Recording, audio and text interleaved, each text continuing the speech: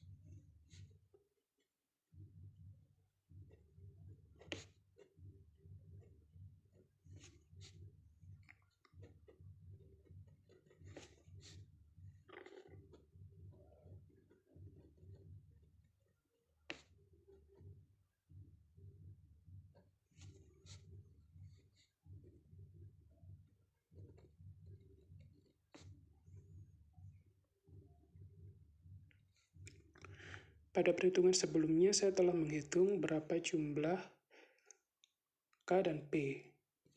Maka sekarang kita tinggal memasukkan datanya saja. Di sini yang pertama ialah 10.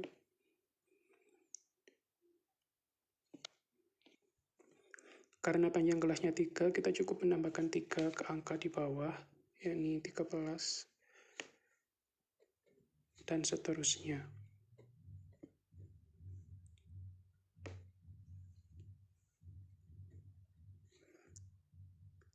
Kita sampai 16 karena tadi ketemu 6 ya.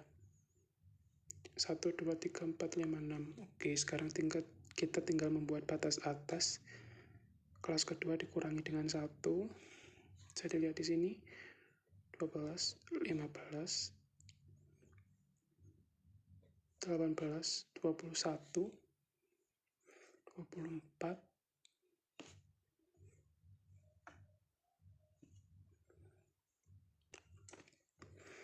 dan 30. Untuk metode tali sendiri, saya tadi sudah menghitung di kertas yang berbeda. Dalam perhitungan metode tali, saya telah mencari beberapa angkanya, yakni di sini bisa dilihat. Jadi saya sudah menjumlahkan dan tinggal ditulis saja.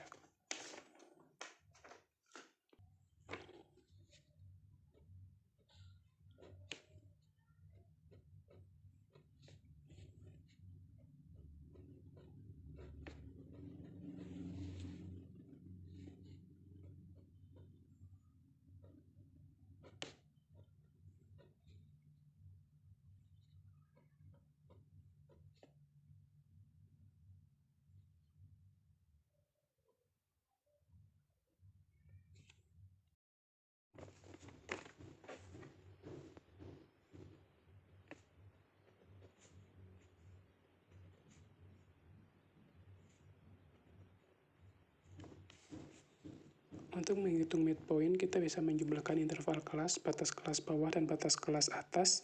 Kita bagi dengan 2. Saya sudah menghitung di kertas, jadi tinggal menulis hasilnya saja. Untuk yang pertama, terdapat 11, 14, 17, 20, 23, dan 26.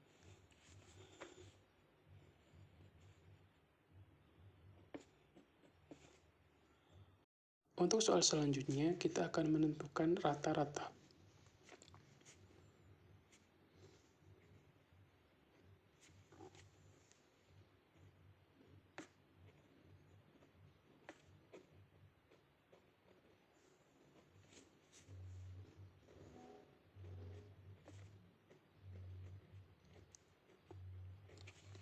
Data di atas yang diminta pada soal ialah data tunggal, jadi kita akan nulisnya mengerjakannya dengan cara data tunggal.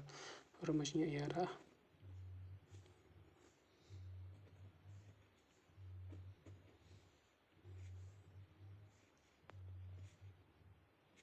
sekarang kita tinggal memasukkan datanya. Kita tinggal masukkan datanya, bisa dilihat di sini. Saya sudah menulisnya di kertas yang berbeda untuk memudahkan perhitungan.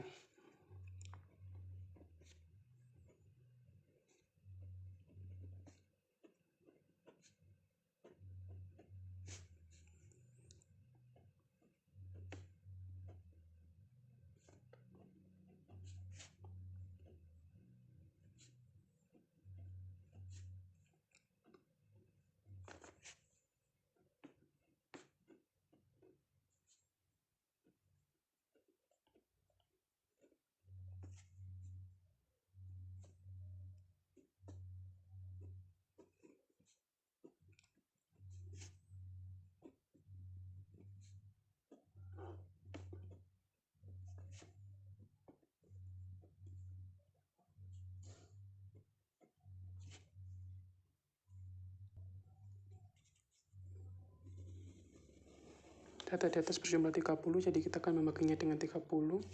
Dan totalnya setelah saya jumlahkan ialah 554. Kita bagi dengan 30, maka hasilnya adalah 18,46. Karena di soal terdapat rata-rata hitungnya, kemungkinan rata-rata hitungnya ada 2, jadi saya akan menghitung 2. Yang pertama ialah rata-rata hitung, dan ini adalah jadwalnya 30, jadi jumlahnya genap. kemungkinan akan ada dua data di sini. Jadi akan ada rata-rata polar dari data tunggal tersebut karena jumlah datanya genap, seperti itu. Dalam perhitungan rata-rata polar sendiri, perlu diketahui bahwa kita harus mengurutkan datanya terlebih dahulu.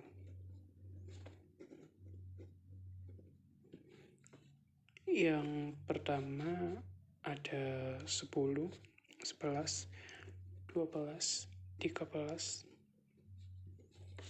14, 15, 16-nya 3 kali ya, 17, 18,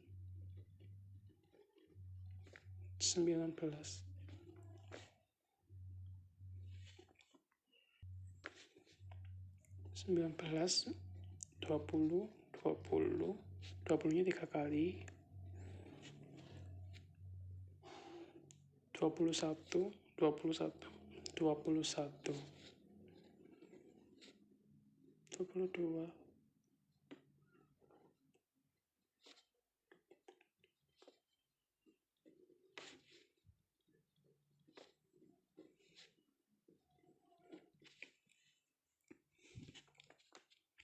karena datanya genap, maka kita akan memakai rumus data genap.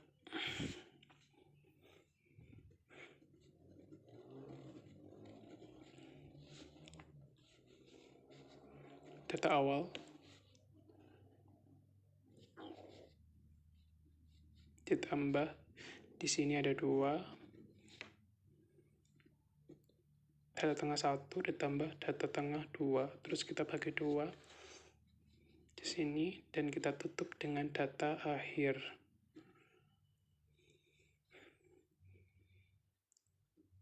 Data akhir ya, terus kita bagi dengan 3. Maka hasilnya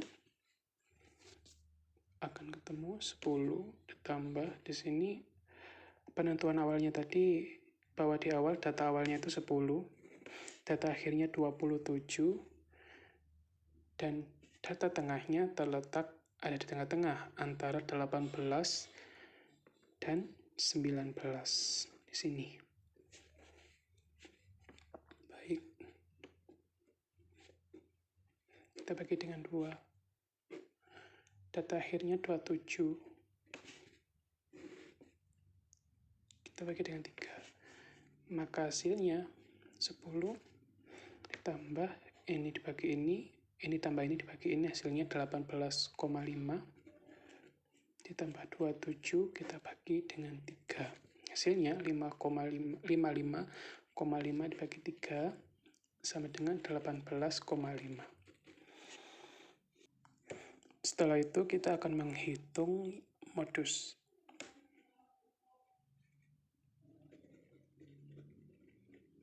Modus dalam data ini terdapat 4 ya, lebih dari 1. Yang pertama ada 16, bisa dilihat di sini 16. Yang kedua ada 18, 20, dan 21. Ya benar, di sini ada 4 modus. Yang pertama ada 16, kedua ada 18, ada 20, dan 21. Selanjutnya kita akan menghitung median.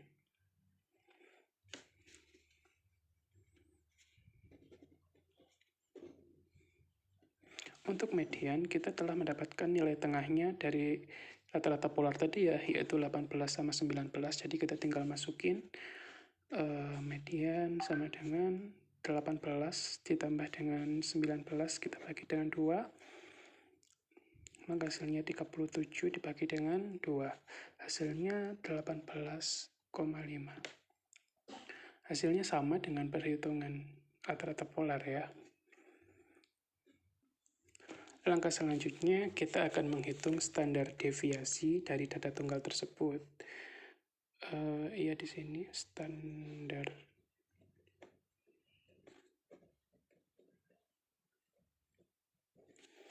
Dari standar deviasi kita memerlukan rumus kita memerlukan rata-ratanya terlebih dahulu. Jadi tadi rata-ratanya sudah ditemukan dan hasilnya adalah 18,46. Maka kita tulis di sini sama dengan 18,46. Selanjutnya kita tinggal memasukkan data tunggal yang telah kita temukan tadi ke sini, lalu dikurangi dengan 18,46. Jangan lupa di akar pangkat 2.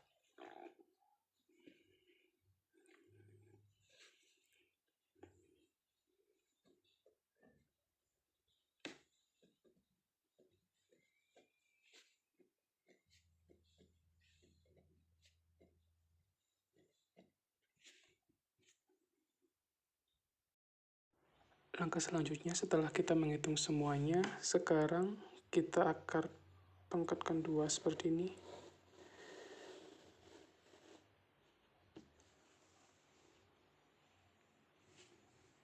Kan kita menghitung hasilnya.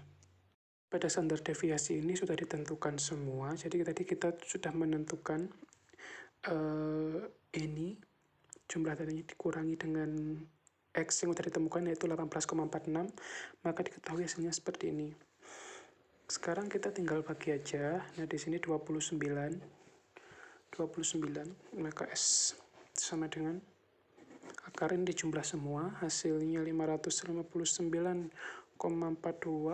kita bagi dengan 29. Maka hasilnya 19,29. Akar dari 19,29 sama dengan 4,39.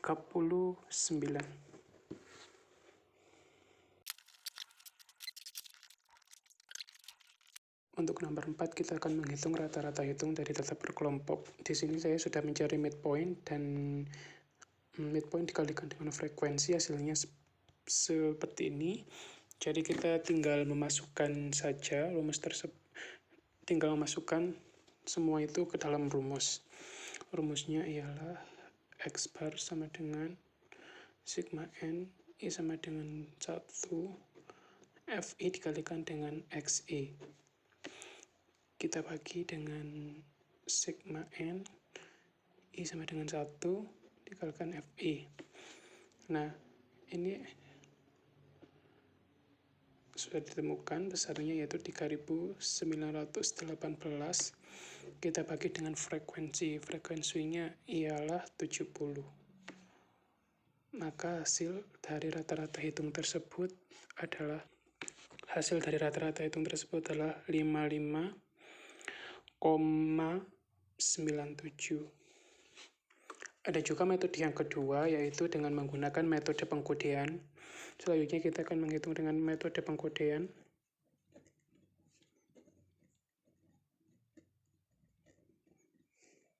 Karena keterbatasan tidak ada tripod, jadi beberapa video saya pause karena saya menghitung manual terlebih dahulu, sehingga membutuhkan sedikit waktu untuk menyelesaikannya. Baik, selanjutnya kita akan menggunakan metode pengkodean.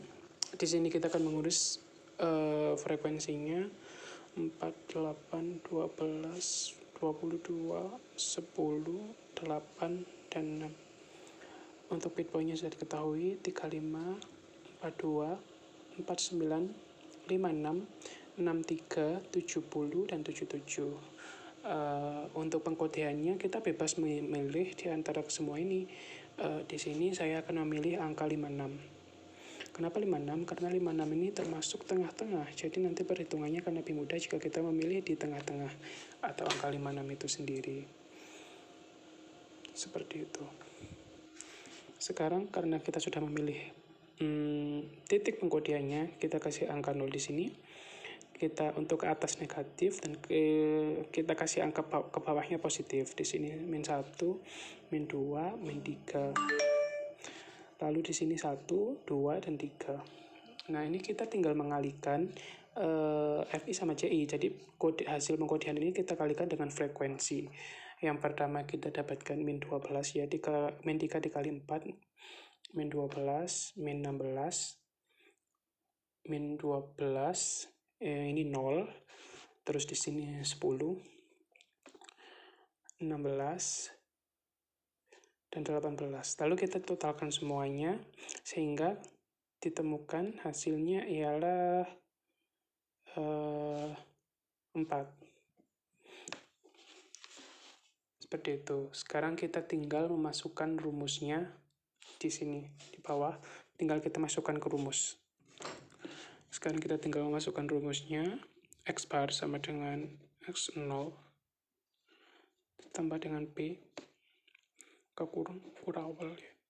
Ini sigma N, I sama dengan 1. Di sini Fi dikalikan dengan Ci atau frekuensi mengandalkan hasil pengkodean. Terus di sini sigma Ni sama dengan 1 dikalikan dengan Fi.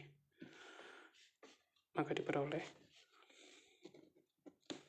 X0-nya tadi kita ngambilnya 56 dan P-nya itu 7 ya. Sekarang kita tinggal memasukkan saja. 4 kita bagi dengan 70.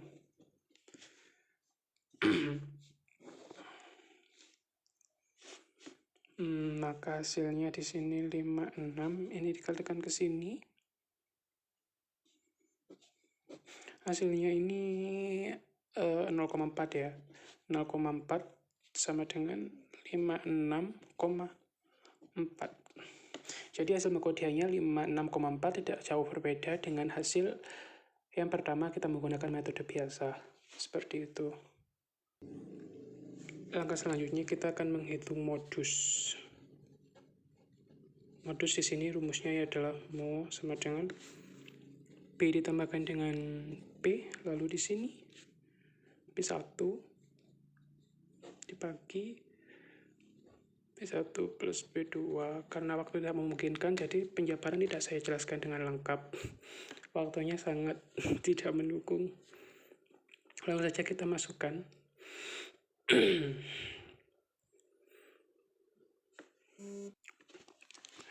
Di sini B-nya itu 53 karena terletak di 22 ya. Jadi 53 dikurangi dengan 0,5, maka hasilnya akan ketemu yaitu 52,5.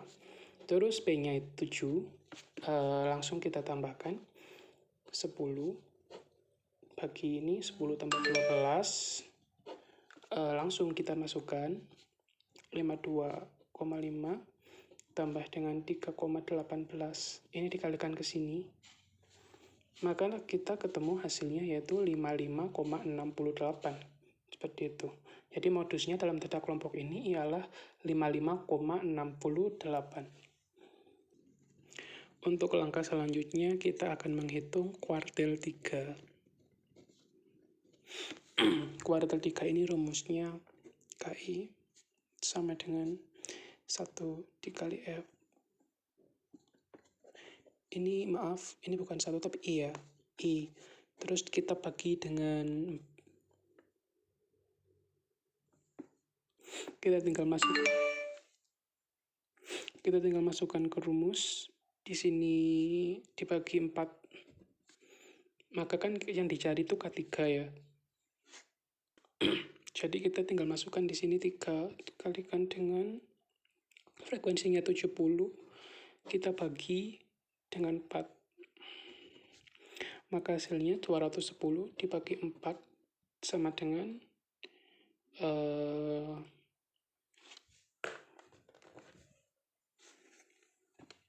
52,5. Nah, ini baru mencari letak ya, di sini letak. Sekarang kita cari nilainya, nilai dari kuartil itu sendiri. Nilai kuartil. Untuk rumusnya sendiri yaitu nilai K3 sama dengan B plus B. Di sini I min F dibagi dengan 4 dikurangi dengan FK atau frekuensi kumulatif. Di sini F kuartil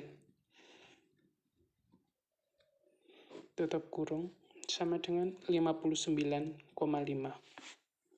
59,5 kita tambahkan dengan 7.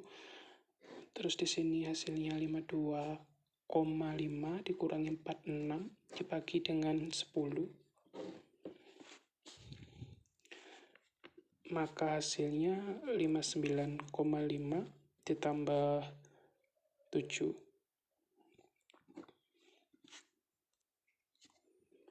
7 di sini 6,5 kita bagi dengan 10,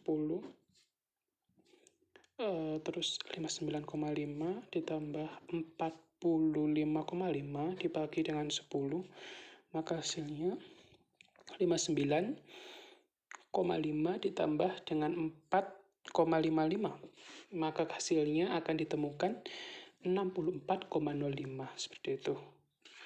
Jadi di sini 64,5.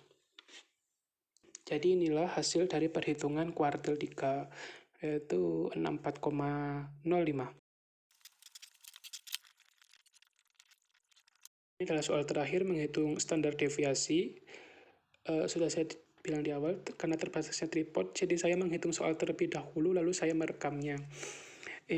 Di sini dapat kita ketahui perhitungan dari standar deviasi data kelompok. Yang pertama kita mengurangi XI dengan X bar itu sendiri. Nah, X barnya itu dapat dari mana? Dapat dari sini, dari perhitungan rata-rata yang telah kita hitung tadi. Hasilnya kan 56,4 ya. Nah, kita kurangin dengan XI. Maka hasilnya seperti ini.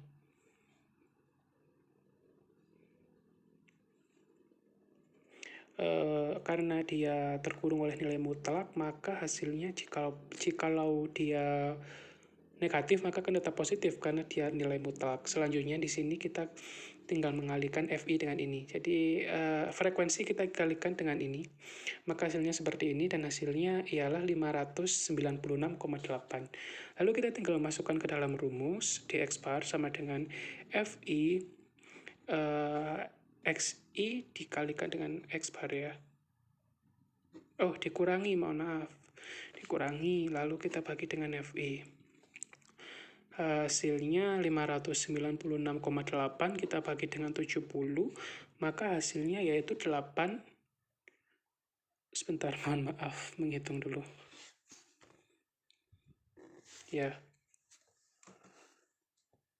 Hasilnya 8,52, seperti itu. Dan demikianlah video pengerjaan soal UTS statistika. Mohon maaf apabila banyak kekeliruan. Akhirul kata, wassalamualaikum warahmatullahi wabarakatuh.